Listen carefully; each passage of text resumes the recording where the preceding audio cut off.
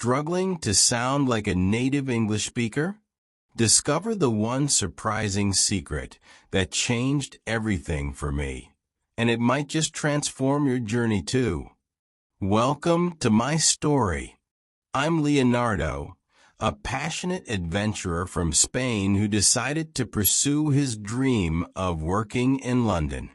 Excited but unprepared, I arrived in the bustling city with only a basic grasp of English. My first few days were filled with misunderstandings at cafes, getting lost on the tube, and the overwhelming feeling of isolation. But I didn't give up.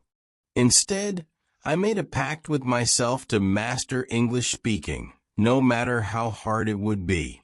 Chapter 1. From Spain to London, a bold new beginning. The journey began with a single dream. Move to London. Thrive. I packed my bags with excitement. My heart was full of hope. My English was basic, limited to greetings and a few phrases. I thought I was ready for this new life. I was wrong. London welcomed me with its energy. The streets buzzed with life. I was mesmerized by the iconic red buses and towering buildings. But the language barrier hit me hard. I felt completely lost. Simple tasks like ordering coffee became an overwhelming challenge. "Could you repeat that?" became my most used phrase in conversations. People spoke quickly, their accents blending words into a confusing melody. I felt embarrassed when I couldn't understand. It shattered my confidence. The city I loved now felt intimidating, cold, and overwhelming. I tried to avoid talking to strangers. Fear of mistakes held me back. Instead, I listened carefully, absorbing words like a sponge. Quiet, observant. I spent hours at cafes, eavesdropping on conversations around me. It was my first step toward learning English. A slow, silent step. Despite the struggles, my determination remained strong. Giving up was not an option. I made a plan, learn a few new phrases every day. My small notebook became my best friend. Always in my pocket, I wrote down words, phrases, and their meanings. My personal dictionary. I discovered free English resources at the local library.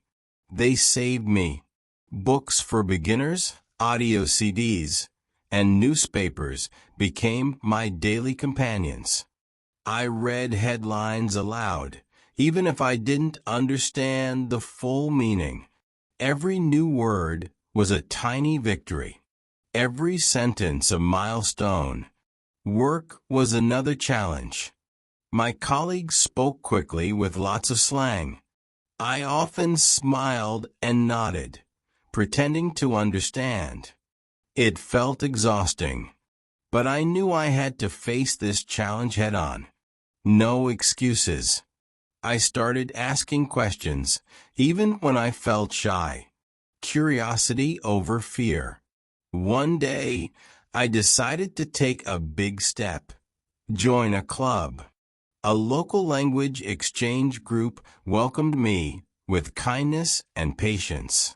For the first time, I spoke English without fear of judgment. It was clumsy and slow, but it felt liberating. A breakthrough moment. Slowly, I began to see progress. Small victories started to build confidence. I could order food without repeating myself. Directions became easier to follow. These small wins reminded me why I came to London. For growth. I wasn't just learning English. I was learning resilience and adaptability. London taught me the power of perseverance. Every struggle was a lesson. The city once intimidating, started to feel like home, a fresh start. I realized that mistakes are part of learning. Growth comes from imperfection. This was just the beginning of my epic journey to fluency. Chapter 2: The Grind. From beginner struggles to daily practice. Learning English became my full-time mission. It consumed every waking moment. I knew progress wouldn't come quickly. Patience and discipline would be essential. Every day started with a plan. Study, listen, and practice speaking. It was a grind, but I was determined to improve. My mornings began with flashcards. Words and phrases I needed to memorize. I repeated each word out loud, trying to perfect the pronunciation. At first, it felt robotic. My tongue struggled to form new sounds. But repetition was key. Small steps would lead to big changes. I turned my tiny rented room into an English learning zone. Sticky notes covered the walls, each labeled with English words. Every object had a name. A lamp wasn't just a lamp. It was a light source or reading companion in my new vocabulary. Apps became my best friends. Duolingo and Memrise guided me daily. These tools made learning fun and accessible, even with a tight budget. I would dedicate 15 minutes every day to complete language challenges. It felt like a game, but the results were very real. Listening to English was equally important. I needed to train my ears. Podcasts filled my commutes. Stories and conversations became my learning material. At first, I couldn't catch most words. It was overwhelming and fast. But I persisted, rewinding and repeating until the sentences made sense. Shadowing was my secret weapon. I mimicked native speakers like a parrot. Movies, TV shows, and YouTube videos became my practice partners. I would pause, repeat, and imitate every word, matching their intonation. This technique made me feel closer to sounding like a native. My workplace became another classroom. Listening to colleagues taught me real-world English. They used slang, idioms, and expressions that textbooks could never teach. At lunch breaks, I forced myself to join conversations despite my fear. It wasn't easy, but every attempt brought me one step closer. Daily practice wasn't limited to studying. I created real situations to practice. At cafes, I'd ask questions about the menu just to speak. At stores, I'd strike up small conversations with cashiers. Simple but effective. These interactions boosted my confidence and made English feel more natural. Evenings were for reflection and writing. I kept a diary in English. Every day, I wrote about my experiences, even with limited vocabulary. This helped me think in English and organize my thoughts clearly. Over time, I noticed fewer mistakes and more fluidity in my writing. There were moments of frustration.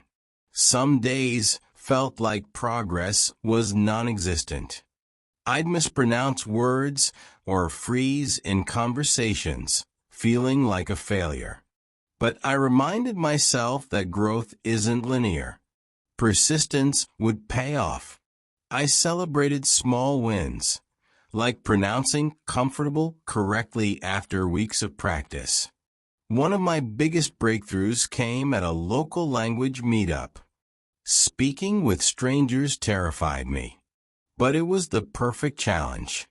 I introduced myself in broken English, stumbling over my words. To my surprise, People were kind, patient, and encouraging. These meetups became weekly rituals. I practiced speaking without fear of judgment. I learned from others who were also struggling, but trying their best. Every mistake turned into a lesson. Every conversation built my confidence. It felt like I was finally breaking through my beginner struggles. Through this grind, I learned a powerful truth. Consistency is everything. Even 10 minutes of practice daily can lead to significant improvement. The key is showing up even when it feels hard or pointless. The grind was tough, but it was transforming me day by day. By the end of this chapter, I saw real progress. I could introduce myself, hold simple conversations, and understand basic questions. My confidence grew with each word I mastered and sentence I formed. This grind was my foundation for fluency. The journey was just starting. Chapter 3: Mastering English on a Budget. Free resources that worked wonders. Learning English on a budget was challenging. I had to be resourceful. I couldn't afford expensive tutors or language schools. My options were limited, but I refused to let money stop me. Creativity became my ally. The internet became my classroom. Free resources opened endless possibilities for learning. My first discovery was YouTube. A treasure trove of English lessons awaited. Channels like BBC Learning English and English Addict became daily companions. I watched videos on pronunciation, grammar, and conversational skills for free. Repetition helped me absorb lessons, turning each video into a private class. Podcasts were another goldmine. I downloaded them during commutes to maximize learning time. Shows like The English We Speak taught me idioms and expressions. Listening daily trained my ears to understand fast, natural English speech. At first it was tough, but every episode made comprehension easier. I joined online language exchange platforms. Speaking with others was crucial for improvement. Sites like Tandem and HelloTalk paired me with native English speakers. We exchanged language lessons. They taught me English, and I taught Spanish. These conversations boosted my confidence and introduced me to real-world vocabulary. Local libraries became my quiet sanctuaries. They offered free books, CDs, and resources. I borrowed beginner-level novels, choosing stories I already knew in Spanish. This method helped me focus on the language rather than the plot. Audiobooks became my favorite tool, combining listening and reading practice seamlessly. I explored free apps like Duolingo, Memrise, and Quizlet. Simple but effective tools.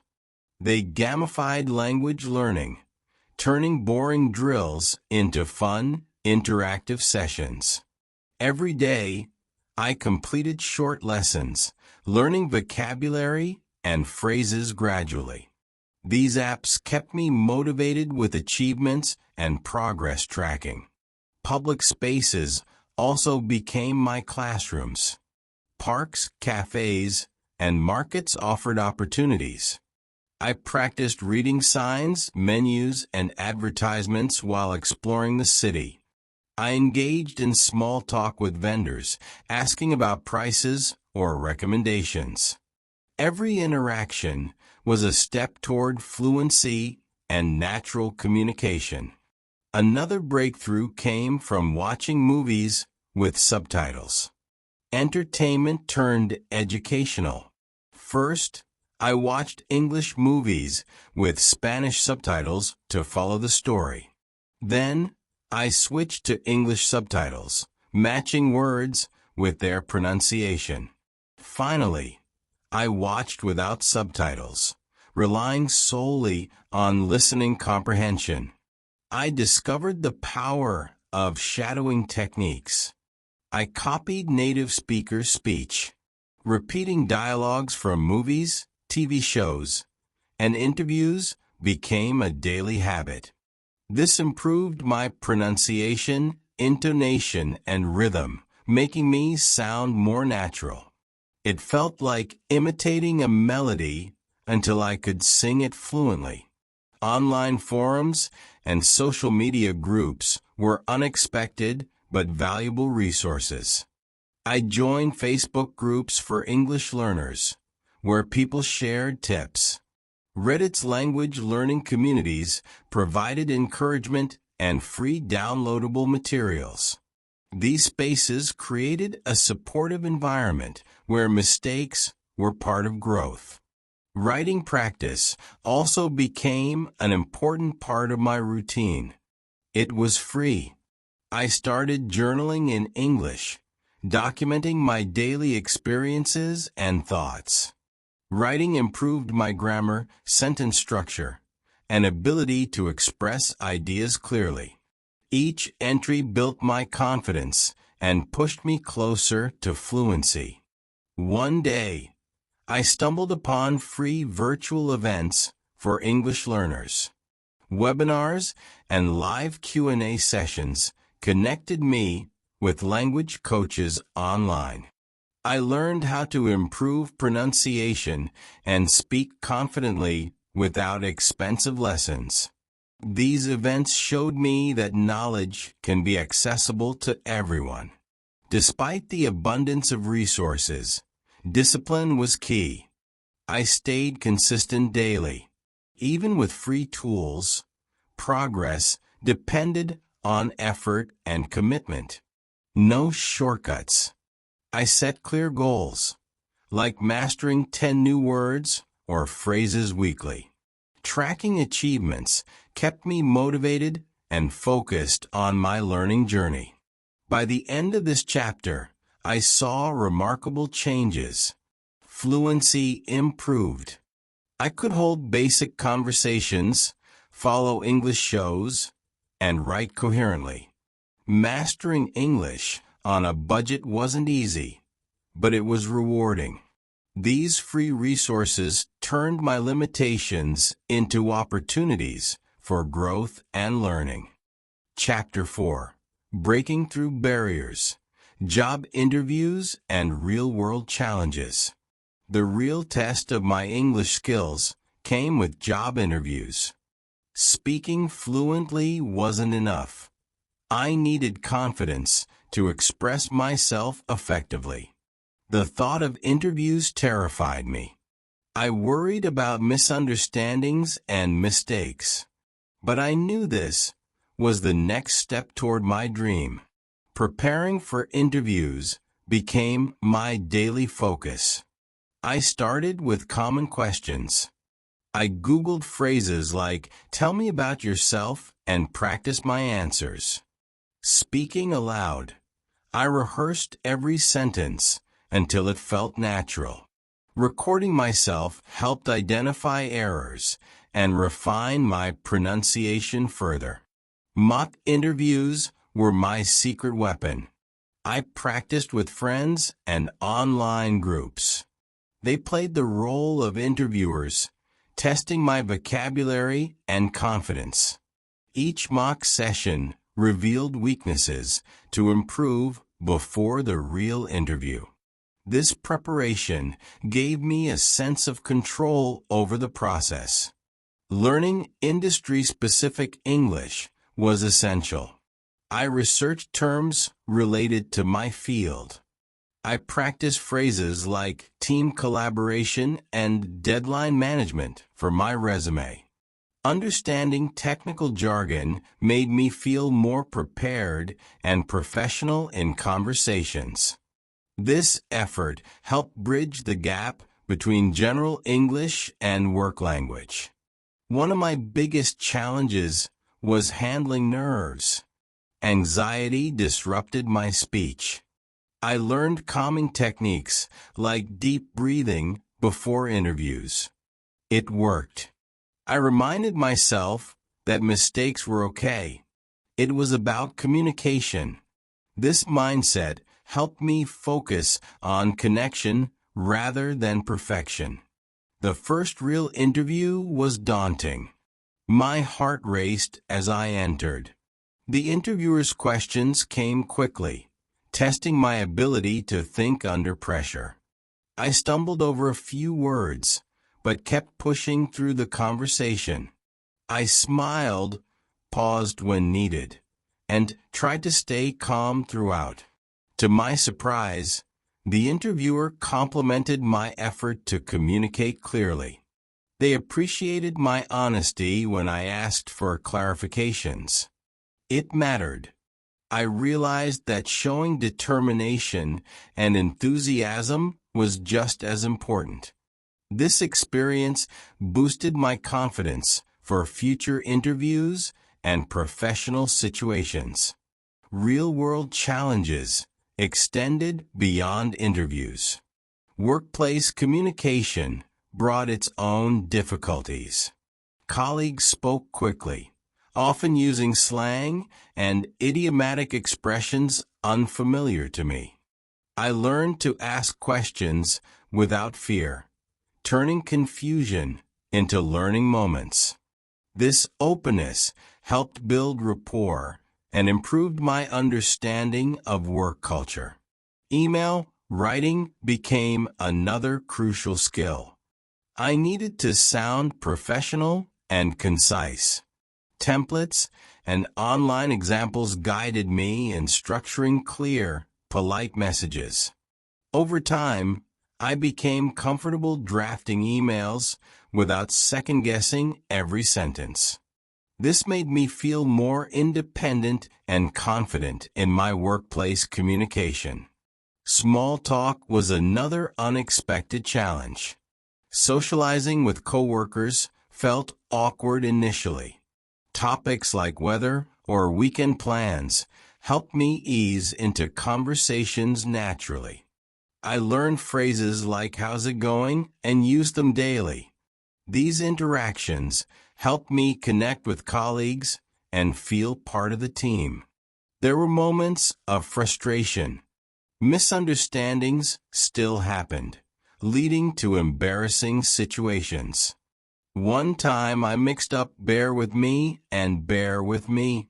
It caused laughter, but it taught me the importance of idiomatic accuracy. Each mistake became a lesson, building resilience and humility in my journey. One of the most transformative practices was storytelling during interviews. I prepared anecdotes to highlight my skills and achievements in past jobs.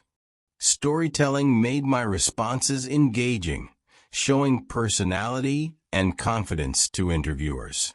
It turned interviews into conversations rather than stressful question-answer sessions. Networking events became a turning point for breaking more barriers. Introducing myself to strangers tested my ability to communicate under pressure. I practiced my elevator pitch until I could deliver it smoothly. These events taught me the value of connection and clear communication. By the end of this phase, I had conquered many fears. Job interviews no longer intimidated me. They became opportunities for growth. I could navigate workplace challenges with confidence and handle complex conversations. Breaking through barriers proved that persistence and preparation were the ultimate tools. Chapter 5. The Secret to Speaking Like a Native Speaker. Mastering fluency was my ultimate goal. I wanted to speak effortlessly. Understanding grammar and vocabulary wasn't enough. I craved natural, confident communication.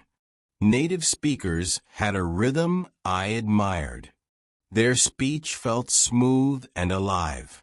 I knew I had to find the key to unlock this ability. The breakthrough began with a simple realization. Immersion was the ultimate teacher. I couldn't afford to live with native speakers or hire private tutors. Instead, I created an immersive environment in my everyday life. This shift changed everything. English became not just a language, but a lifestyle. One secret technique was thinking in English. No more translating in my head. I started narrating my thoughts throughout the day in English. From simple ideas like "I need coffee" to complex reflections, I practiced constantly. This habit rewired my brain, making English my default language over time. I also embraced storytelling. Every night, I wrote about my day in English. Each entry was like a mini story with characters and emotions. This practice improved my writing, helped me organize thoughts, and refined expression. It also made me more comfortable telling real-life stories in conversations. Pronunciation became another focus. Shadowing native speakers was my go-to exercise. I mimicked their speech patterns from movies, interviews, and YouTube videos. Repeating dialogues helped me master intonation, stress, and rhythm in their voices. It felt like learning a song until I could sing it perfectly. Understanding cultural context was crucial for sounding more native-like. I studied idioms, slang, and phrases unique to English-speaking countries. For example, "break a leg" confused me at first, but became familiar. This knowledge helped me connect better and added authenticity to my speech. Listening to authentic conversations improved my ear for natural language use. Podcasts, radio shows, and even reality TV became unexpected learning tools. I focused on how people emphasized words, paused, and used fillers naturally. This insight transformed my speaking style, making it more conversational and real. Confidence was another critical part of sounding like a native speaker. At first, fear of mistakes held me back from speaking freely. I learned to embrace imperfection, treating errors as stepping stones to growth. Speaking boldly, even when unsure, showed others my commitment to communication. Another game-changing practice was role-playing different situations in English. I imagined myself ordering food, asking for directions, or attending interviews. This prepared me for real-life interactions and improved my situational vocabulary. Practicing these scenarios alone boosted my readiness for actual conversations. Connecting with native speakers regularly accelerated my progress dramatically. I joined language meetups, online communities, and even casual video call groups. Talking to natives exposed me to slang, cultural references, and real accents. These interactions made me adapt quickly, improving both fluency and comprehension. A surprising discovery was the power of humor in language learning. I watched stand-up comedy and funny shows to understand English humor. Laughing at jokes and understanding wordplay felt like unlocking another level. It was challenging but rewarding, making me feel more connected to the language. The ultimate secret to fluency came from persistence and enjoyment. I turned learning into a passion rather than a chore or obligation. By combining creativity, curiosity, and daily practice, I made English part of me. Speaking fluently became second nature. It was no longer an uphill battle. One day, I had a conversation with a stranger in a cafe. They complimented my accent, saying I sounded like I had lived abroad. That moment validated all my hard work, effort, and determination to improve. I realized fluency wasn't just about language. It was about confidence too. Looking back, the journey was long, but every step mattered deeply.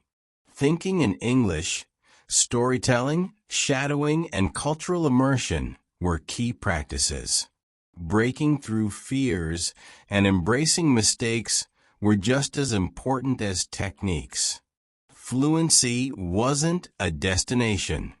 It became a journey of growth and discovery. By mastering these secrets, I unlocked my dream of speaking like a native. I now move through conversations with ease, confidence, and authenticity. This transformation proved that with dedication, anyone can achieve fluency too. The secret is simple. Commit fully, practice daily, and enjoy the process. Conclusion. If Leonardo's story inspired you, remember that you, too, can achieve fluency with daily practice, persistence, and a bit of creativity. What's your favorite method to improve your English? Let us know in the comments below. And don't forget to like and subscribe for more inspirational content like this. Together, we'll make your English-speaking dreams a reality. If you're watching this, it means you enjoyed the video. We'd love to hear what you like most. Leave a comment, give us a thumbs up, and subscribe to our channel, Immerse in English. And finally, I invite you to watch our next content, which is full of suspense. It's a story about what if one day you were hand.